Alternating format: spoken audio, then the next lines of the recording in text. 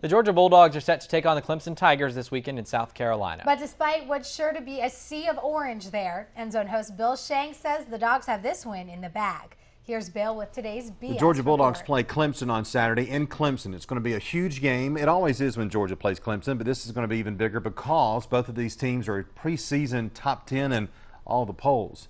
Georgia is going to win this game, and for some reason I think it's going to be an easy win. Now, it may be a shootout. It may be 52-49 or some crazy score like that, but I actually think Georgia's defense is going to play well. There are questions about Georgia's defense this year. There's no doubt, including the young players who are going to be starting for the first time on Saturday, and they will have to stop a great Clemson offense with Taj Boyd, the quarterback, and Sammy Watkins, the wide receiver.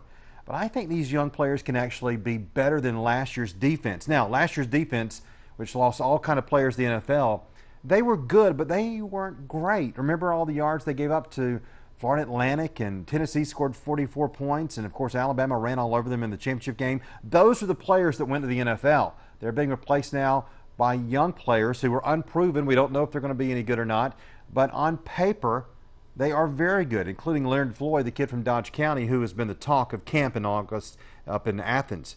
But this offense is the story for Georgia. They have been very good for several years, of course, and now Aaron Murray is a fourth-year starting quarterback.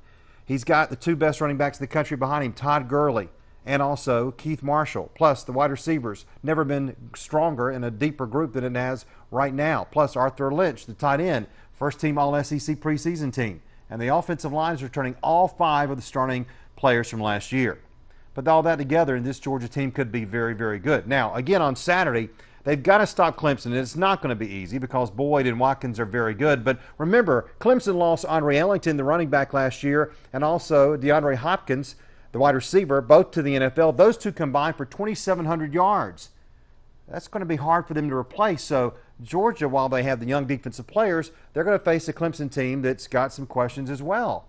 This could be a shootout. It could be 52-49 or some crazy score like that, but I just think Georgia's going to play well, and that's the theme for me for the entire season for Georgia. I'm drinking the Kool-Aid, and my friends think I'm crazy. Everybody thinks I'm nuts. I think Georgia is once again going to be in the national championship picture. They're going to have a very good season. They could be 14-0. Yes, they could be 14-0. Now, they may not. They may lose on Saturday. They may turn around and win 11 straight games and then go to the SEC championship and then go to the national championship. But I really like this team. It scares me how much I like this Georgia team because there's talent on both sides of the ball, and for the first time in many years, there's depth, which means that head coach Mark Richt better win for a fan base that is hungry for an SEC championship team to go on and win it all. All right, that's Bill's take. We'll see what happens. Gotta love Bill.